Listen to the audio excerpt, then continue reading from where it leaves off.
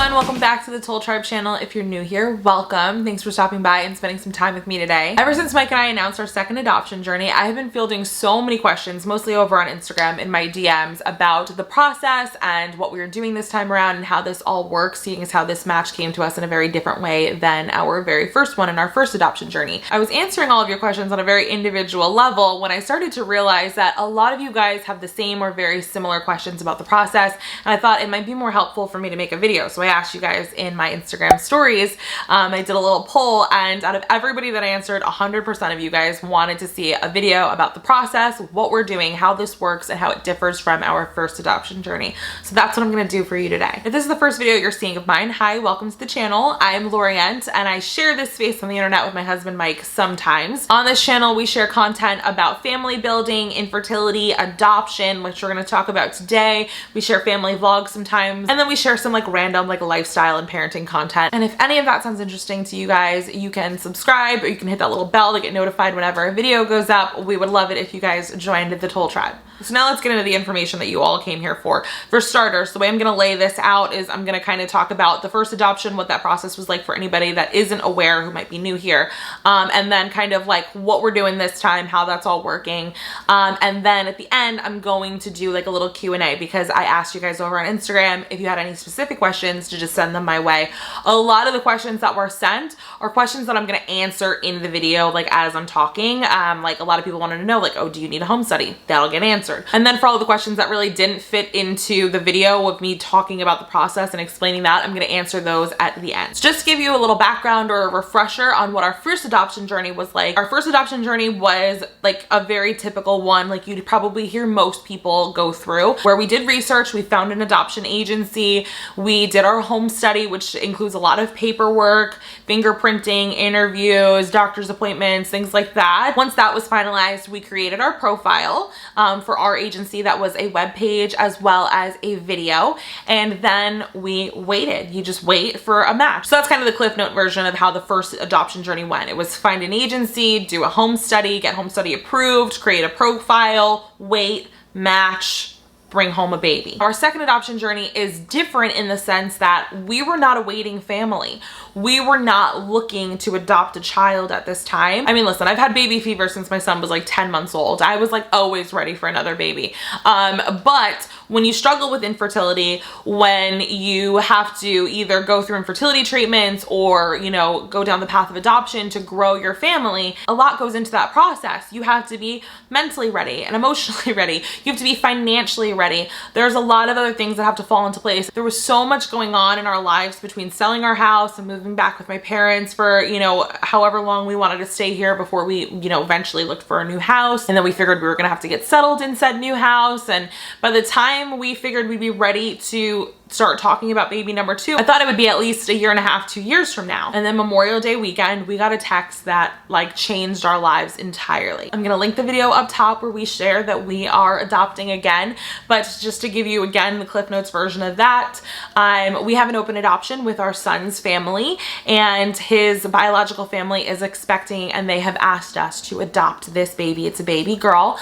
And so we didn't even think about it. You should probably think about it, but we didn't think about it. We were like, yes, of course, obviously we're gonna adopt our son's sister. Like, no way that we wouldn't. And we just kind of jumped in, and Mike and I kind of made a pact a while ago when we realized that we did have fertility issues, that however our children were gonna come to us, we were at least going to take the steps to explore it.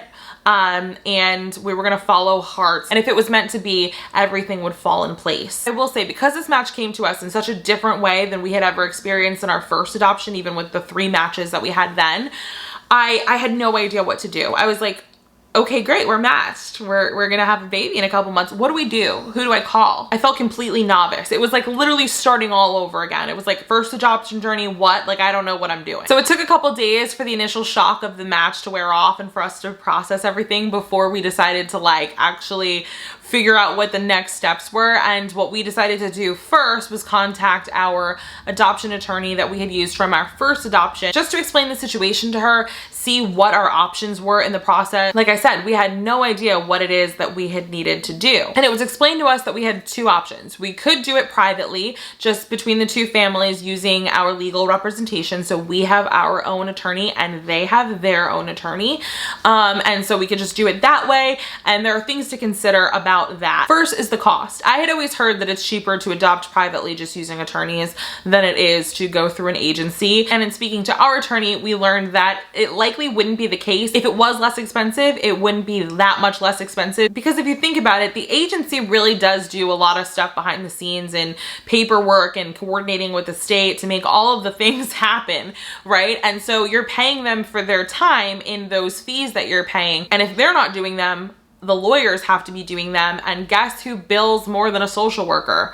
An attorney. So we were told that like certain things they billed for would be less than others and certain things would be more, but ultimately it was probably going to all balance out and equal about the same either way. Another thing to consider was that there was a little bit more flexibility with the home study in going privately, because in a private adoption, you can be placed with a child before your home study is complete. That's the way it was explained to us. I didn't know that, but apparently you could. So as long as the home study is approved and completed, in that 60 to 90 day period between placement and your first court hearing to terminate parental rights, you're good. And I didn't know that. And that kind of, we were like, oh, that might be useful because we want to look for a house and we don't know how quickly we're going to be able to find one. So maybe if we don't have to do the home study and have that home visit until we already, you know, have the baby, that might be a little bit more helpful. It buys us a little bit more time. Another thing we were told to consider is that the state actually takes a much closer look at private adoptions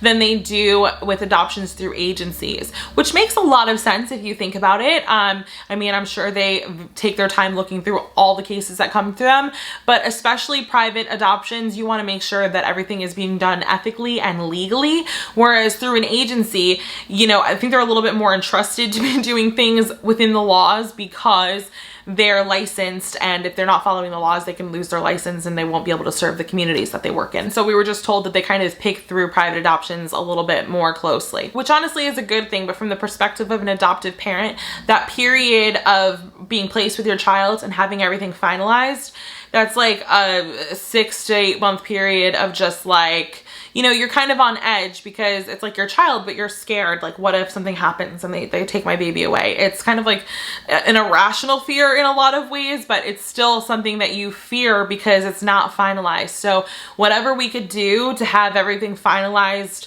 you know, a little bit more quickly, that's what we kind of wanted to do. Another thing to consider is that with a private adoption, we were told that there wouldn't be a termination of parental rights 72 hours after the birth. So that number, that hour number, is different depending on the state that you live in. Some states it's 24 hours. Some states it's a week. In New Jersey, it's 72 hours. And going through an agency, that paperwork is signed, those rights are terminated, and the baby is basically placed in the custody of the adoption agency's adoption program. And that baby is placed with you under the understanding that you're gonna go through the steps to finalize that adoption. But with the private adoption, you don't get that termination of rights after the birth. You actually have to wait for that court hearing that I mentioned before, that first hearing that happens 60 to 90 days after the child is placed with you, where the state court will actually terminate the parent's parental rights to that child. And so anytime in between your placement and that hearing, technically the biological parents could decide that they want to parent and you would have to relinquish the child. And so there's a little bit more risk involved with that. But that's our state. I don't know if it works like that in other states. I'm so sorry. I wish I could be more helpful for those of you who are outside of New Jersey.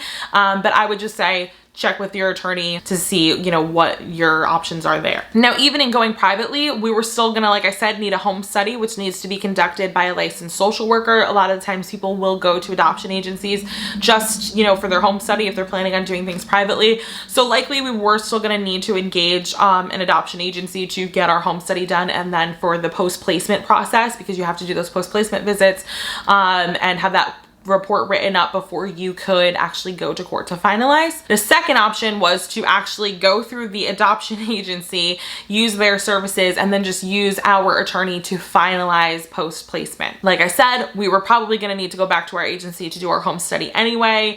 They kind of do all the work behind the scenes to get everything ready, to get all the paperwork set up. Something we also liked about going through the agency was that the expectant parents could benefit from their services if they so chose to do. If they wanted counseling, if they wanted whatever, they could go through the agency because those services are provided to them. Also, it's important to note that whichever option we wanted to go with, that it was okay with the expectant parents, that they were comfortable going that route too. After getting all of the information, we all agreed to do it like we did last time and use the agency. We kind of liked having the social workers involved, and we liked having them there for the hospital discharge, and it just kind of made the process of doing the post-placement stuff like a lot more seamless.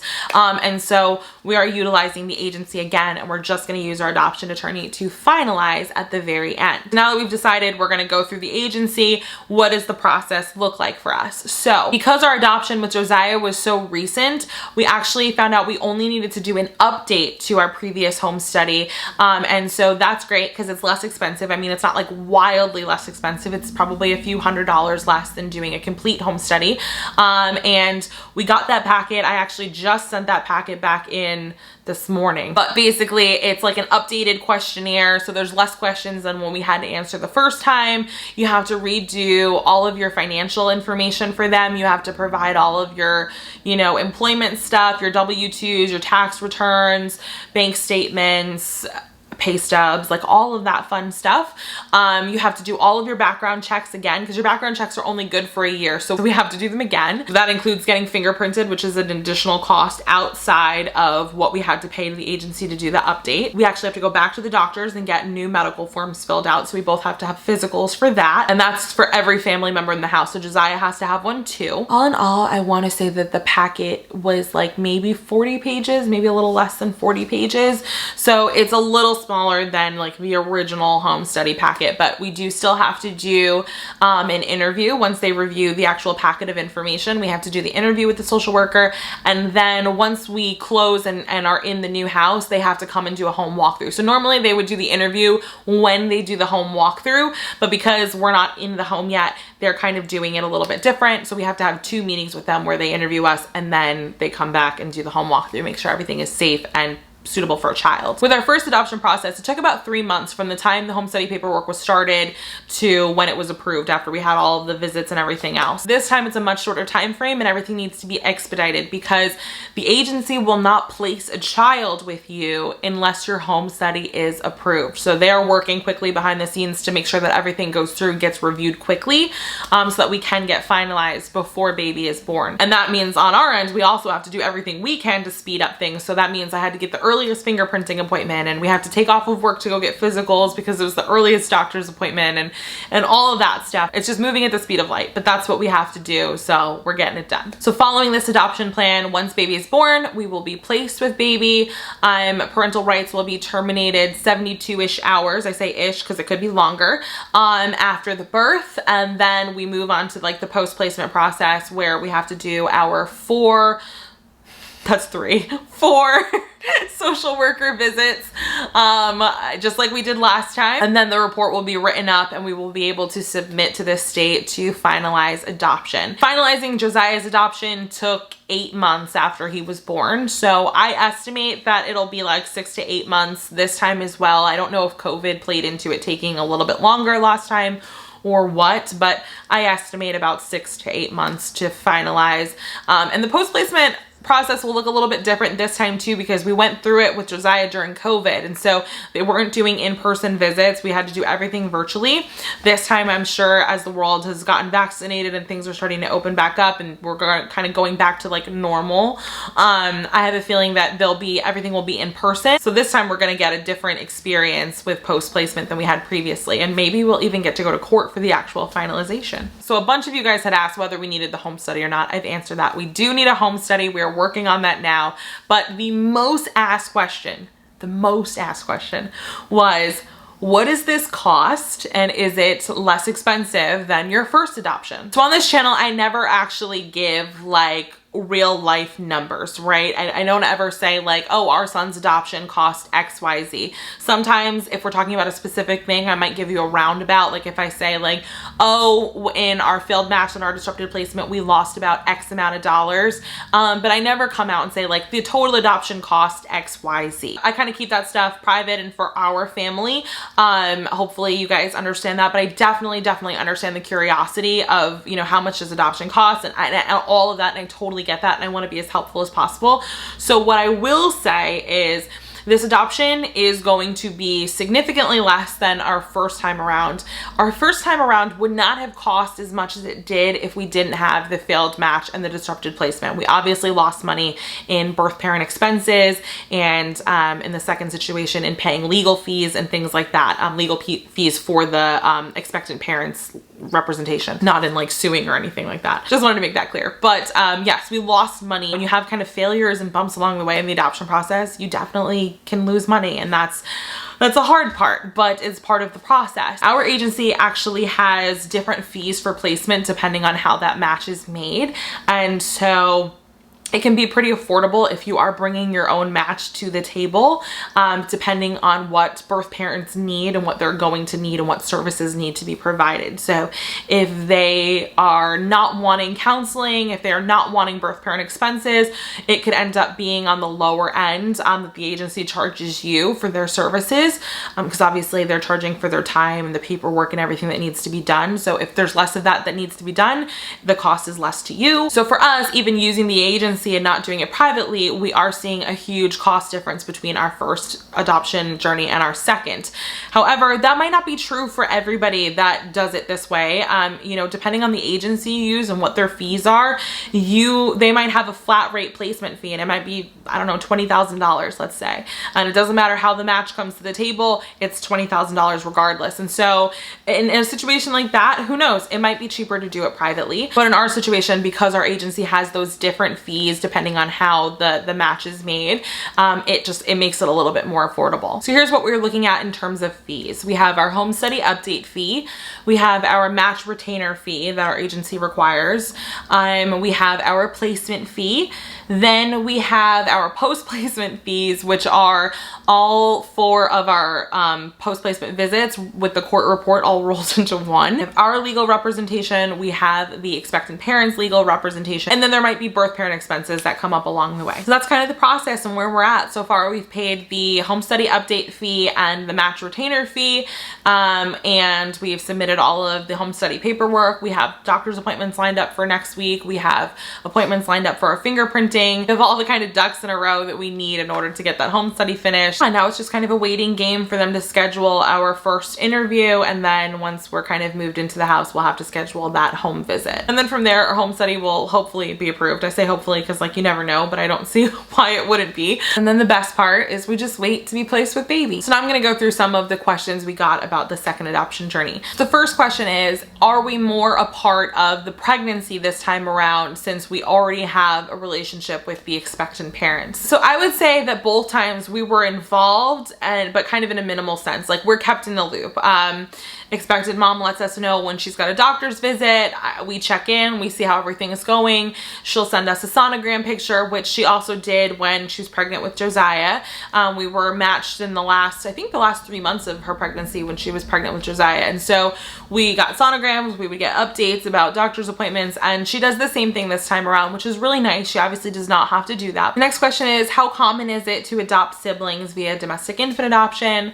TBH, I really don't know how common or uncommon it is. I don't know that I've heard another story about that happening through domestic infant adoption, but that doesn't mean it hasn't happened. I do tend to hear about it a little bit more pertaining to fostering to adopt cases than I have in domestic infant adoption. If you're watching this and you have domestically adopted 2 siblings as infants at separate times, please let me know. I would love to hear from you and what your experience is like. You can leave me a comment or you can DM me over on Instagram. But I think it's incredible and I think it's really, really special. And to have them consider us again for this is just, it's like, I'm telling you, I can't even describe how honored I feel, truthfully, to be able to go through this process with them again, to have another open adoption with them again. And how special is it that we all get to give Josiah the experience of growing up with a biological sibling? Like, that's amazing. We always knew we wanted to adopt again in the future. It was always important to us that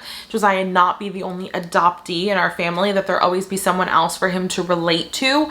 But this is like on a whole nother level, because not only is he going to be able to relate to his sister on the level of, you know, being an adoptee within our family, but they're also just siblings. Like, they also share DNA and they share family history, and that's priceless. Like, it's amazing. It really is. Next question is, how are you guys doing emotionally? Which, thank you for checking in, by the way. We're doing great. It's been crazy, but in like the best way possible. I definitely didn't see myself this summer preparing to welcome a second child and preparing to purchase our second home. But that's what we're doing. Those are the cards we've been dealt, and they're all really great cards. We're really excited to be purchasing our family home and moving into that next month. Hopefully, fingers crossed, everything goes well with closing. And then shortly after that, potentially welcoming our second child. It's just incredible. There are literally no words. Like, when I say that I didn't see my summer like this, I didn't see my year like this. I didn't even see my next year like this. We just feel incredibly blessed, and it is easy to get overwhelmed with everything we have going on in our personal lives, plus like work and everything else. But you just feel so blessed at the end of the day that it's like, whatever, I'll do what I have to do, because, you know, think about all of these amazing things that are coming to us and our family right now. So we're feeling really, really good. As far as like nerves, there are always nerves when you're talking about adoption, because, you know, you're possibly adding to your family, you're potentially adding to your family. Things can always change, anything can happen. We know that so well. We've learned that lesson a bunch of times already. So you can never say with 100% certainty, like, I'm adding to my family, I'm bringing this baby home, because it's not your baby. It's not your baby until paperwork is signed and everything is good to go in that sense. And so until that moment, it's not our baby. We love this baby with like our whole entire hearts already, and we're so excited. And so it's hard to kind of remember that sometimes you have to kind of reel that back and kind of remember the possibilities of things not working out. And so that's hard. You kind of always have to curb your enthusiasm a little bit with adoption, and that's hard. And anybody that's kind of been on this journey understands the balance between that can be really difficult. But other than like the normal kind of nerves that we feel, everything is just good and we feel really great. So next question is, what advice can you give for waiting families to help facilitate their own matches? I get a lot of questions about how you handle the wait and how you help kind of market yourself, for lack of better words, and facilitate your own matches. And I want to be honest with you guys, because I try to always be on here. We don't have a lot of experience in that arena. We always joke that in our first adoption journey, we didn't have trouble getting matched. We just had trouble like getting placed. So our first match came 3 weeks after our profile went live. Our second match came 3 weeks after the first match had failed. The third and final match came about 3 weeks after our disrupted placement. And then 3 months later, our son was born. And so we never really waited for matches very long. As a matter of fact, like, we would be like, again? Like, we gotta call again? Like, it was great, but, you know, they're coming after kind of like some turbulence in your journey, and so you're still trying to heal and recover, and now you have to wrap your mind around a whole new match. It was a little bit of an emotional roller coaster, the first adoption journey for us. As far as like how to get through the wait, I say just fill your life with things that make you happy, that bring you joy, literally whatever that is. And that could have to do with the baby that you're waiting for. If that's getting your nursery put together and shopping for baby clothes on the weekends, that's what I did, honestly. And people thought I was crazy because I didn't have a baby, but I was shopping for clothes all the time. But that brought me happiness and joy and made me feel like my baby was coming. And so if that's what you need to do that. If you like to golf, if you like to paint, if you like to make YouTube videos, whatever it is that you like to do that and pour yourself into that. Pour yourself into your relationship with your partner. you know, pour yourself into your family, all of those things, because they're the things that are going to fill up your cup and make you happy in the meantime. Now, as far as facilitating your own match, I see a lot of couples on Instagram creating accounts specifically for getting the word out about their adoption. So they'll have, you know, a phone number that you can call if you're an expectant mom and you want to talk to them.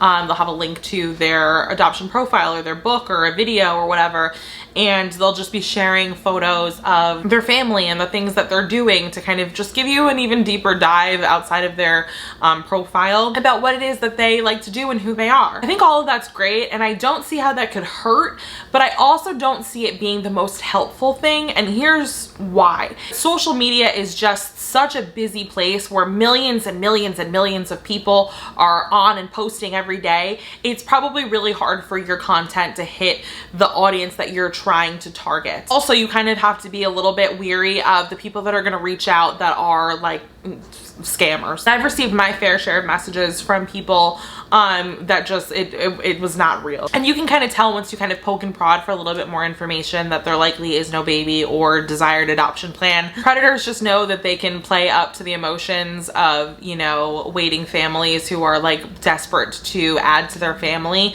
and it's really sad, but it does happen, and there are families that lose money, so you have to be very, very careful. There are sites like Adoptimist that are places where home study approved families can put their information and their profiles up. You create like a web page. For lack of better way to put it, it's kind of like a dating website but for adoption. So it's a website that expectant moms can go on and browse around and look at different families from all over the country that they might be interested in placing with. And so if you haven't looked into that, that might be an option for you. Personally, I think people can help facilitate their own matches just by word of mouth, by really, really spreading the word about your adoption journey and your intentions to adopt.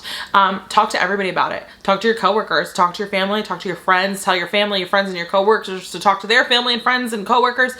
Just get the word out there. You never ever know where your story is going to make it and whose ears it's going to fall on. So share your intentions, tell your story, because it could be what helps facilitate your own match. That's it for questions, guys. Hopefully I answered all the questions that you might have had about the process and what we're doing this time around. If I didn't and you have any additional questions, you can leave them down below, or you can DM me on Instagram @LorientToll and I will answer you there. If you like this video, please give it a thumbs up. Don't forget to subscribe if you haven't already, and I will see you guys in the next one. Bye.